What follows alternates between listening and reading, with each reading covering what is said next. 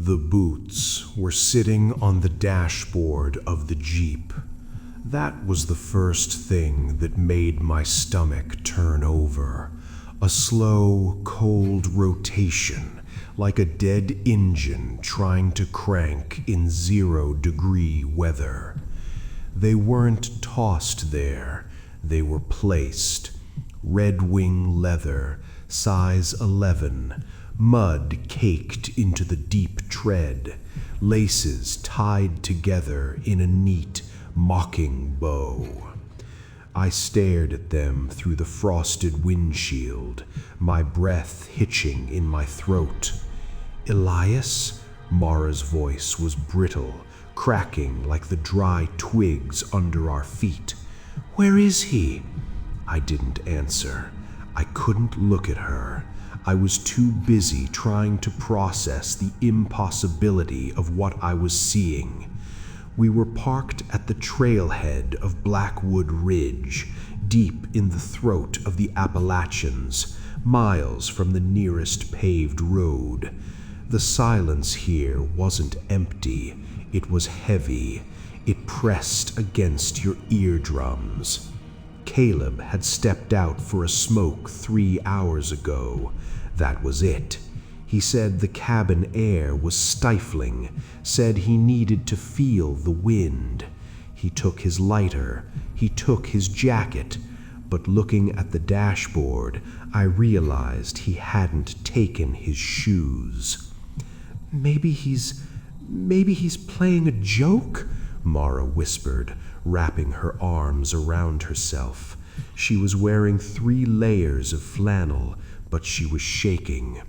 He wouldn't walk out into 20-degree weather barefoot, Mara, I said, my voice sounding foreign to my own ears.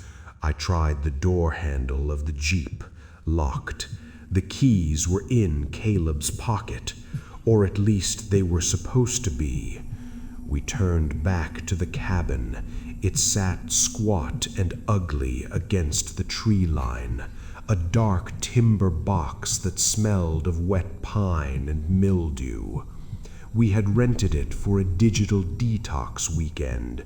No phones, no emails, just whiskey and cards.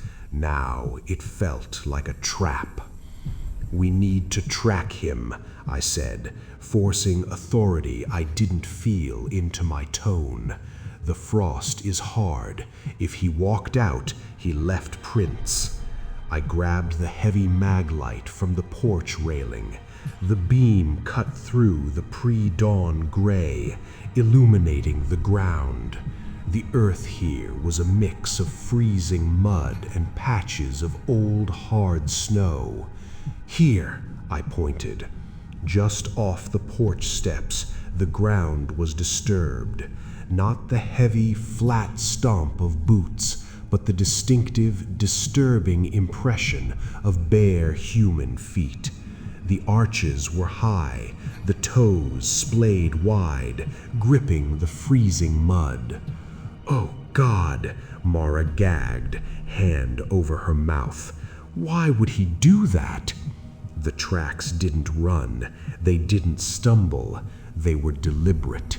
A slow, measured walk leading away from the safety of the cabin and straight into the dark, tangled maw of the rhododendron thickets. I shined the light further. The woods were waiting. The trees in this part of Appalachia are old, twisted, knotted things that look like arthritic fingers clawing at the sky. Stay close to me, I told Mara. Do not let go of my jacket. We stepped off the porch, following the trail of white, frost-bitten skin against the dark earth, step by step, into the silence. We followed the trail for 200 yards. The sun was trying to bleed through the canopy, casting long, bruised shadows across the forest floor. The air smelled of ozone and copper, the smell of an approaching storm or old blood. Caleb's footprints were easy to follow, too easy. They moved in a straight line, ignoring obstacles. He had walked through a patch of briars that should have torn his skin to ribbons, but there was no blood on the thorns, just the prints pressing on. "Elias, stop!" Mara hissed, yanking on my jacket. "What?" I froze. "Look at the stride." I looked down. She was right. The distance between the steps had changed. For the first 100 yards, it was a normal walking gait. But here, the gap between prints had stretched 3 feet, 4 feet. "He was running?" I asked. "No," Mara whispered, pointing at the toes. "The impact is even, heel and toe. If he was running, the weight would be on the balls of his feet. He wasn't running. He was taking bigger steps." A chill that had nothing to do with the temperature crawled up my spine. I moved the light forward. 5 feet, 6 feet. It was physically impossible. Caleb was 6'2", but nobody has a stride that long without leaping. And these weren't leaps, they were steps. Then we found the intersection. About a 1/4 mile from the cabin, in a small clearing where the canopy broke, Caleb's tracks stopped being alone. Intersecting from the left, coming out of the dense laurel hells, was a second set of tracks. I dropped to one knee, shining the light close to the dirt. My brain refused to categorize what I was seeing. They were bipedal, but they weren't human. They were long, maybe 14 inches, and narrow, with no distinct arch. The toes were indistinct, like the foot was wrapped in rags, or like the foot didn't have toes at all, just a solid, heavy slab of meat. "What is that?" Mara whimpered. "Is that a bear?" "Bears walk on 4 legs, sometimes 2, but they waddle. They have claws," I muttered. "This is something else." The narrative in the mud was terrifyingly clear. The second set of tracks met Caleb's. They didn't tackle him. There was no sign of a struggle, no scuff marks, no sliding mud. The 2 sets of tracks simply merged. They walked side by side for 10 feet, and then they stopped. I swept the flashlight beam in a widening circle. "Where did they go?" Mara said, her voice rising in panic. It was true. The tracks walked to the center of the clearing and vanished. The ground beyond was pristine, unbroken frost, no footprints leading away, no tire tracks, nothing. I looked up into the trees. The lowest branch was 20 feet up. "Did they fly?" I whispered, mostly to myself. Then I saw it. A single drop of viscous, dark fluid on a dead leaf, right where the tracks ended. It wasn't red. It was almost black, iridescent like oil. "We need to go back." I stood up, gripping Mara's arm. "Now, back to the cabin. We lock the doors, and we wait for the rangers." "Elias," Mara was staring at the ground where the tracks vanished. "Look at the direction." I looked.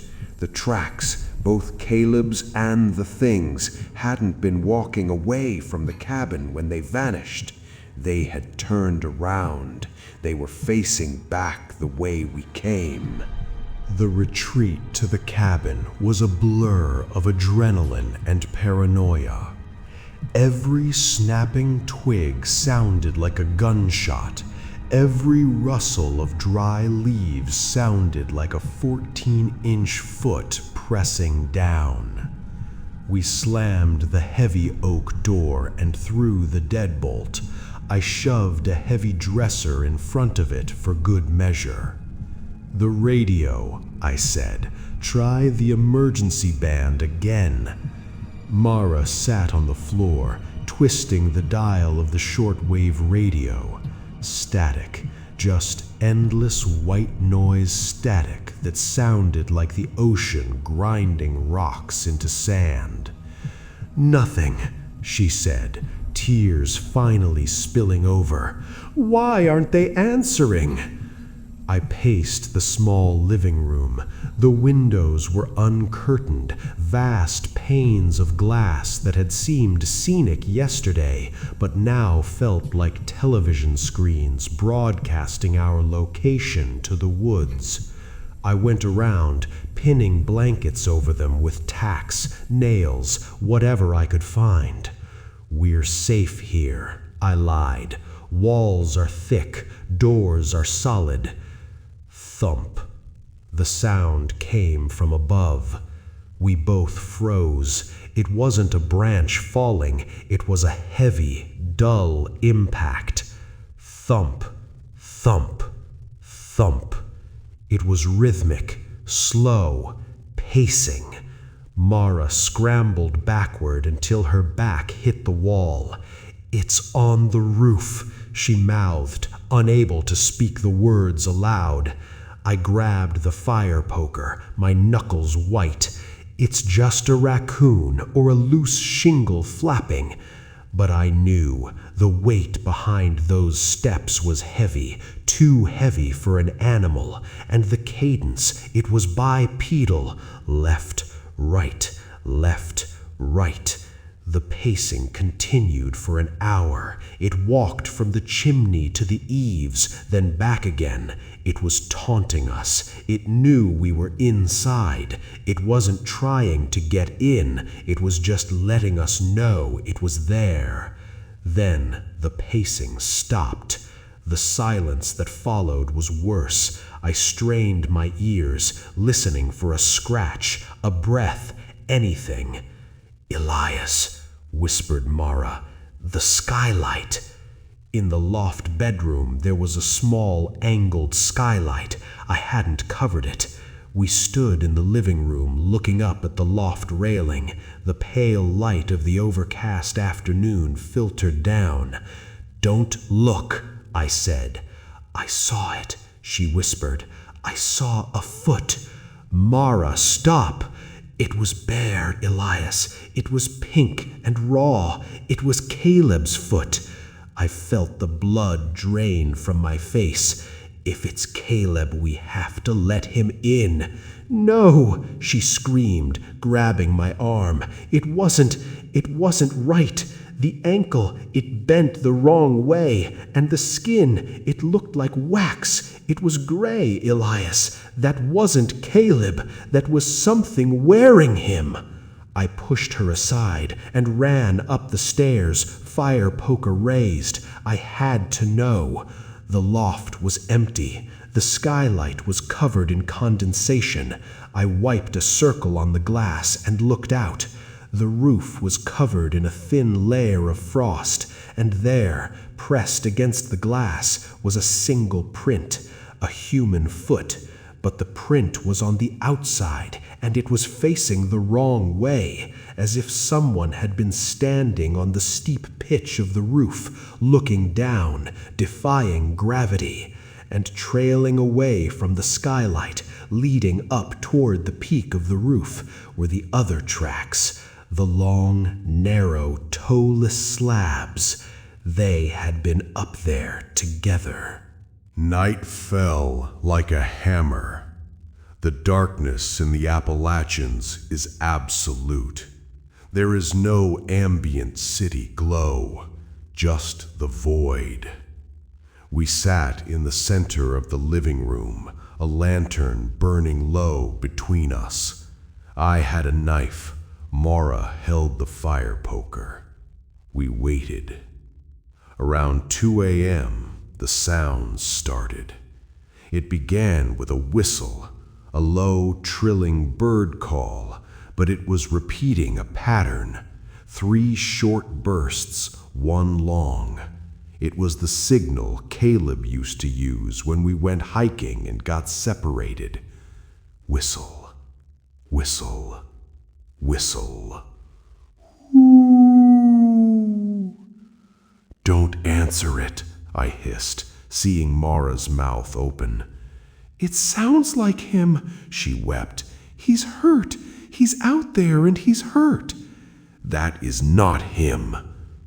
Then the voice came. Elias. It wasn't coming from outside. It sounded like it was coming from inside the walls, from the crawl space beneath the floorboards. Elias, it's cold. Open the door. The boots didn't fit, Elias. My feet hurt. The voice was Caleb's, but the cadence was wrong. It was flat, monotone, like a recording being played back at slightly the wrong speed. Elias, the man in the trees, wants to meet you. He says your skin fits better. He says you're taller. Mara clamped her hands over her ears. Stop it! Stop it!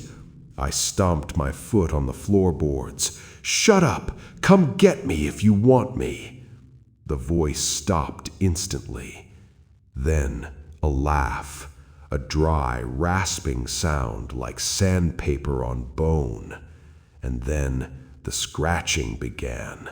Not on the door, on the windows, on the roof, on the floorboards, all at once.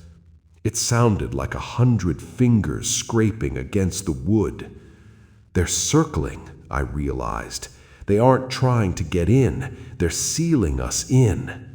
I ran to the window, ripping back the blanket I had nailed up. I shined the mag light out. The beam cut into the darkness. At first, I saw nothing.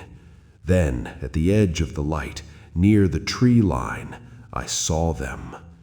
Pale shapes, standing between the trees. They were tall, impossibly tall, thin, like birch trees stripped of bark. They stood perfectly still, and in front of them, standing in the snow, was a figure.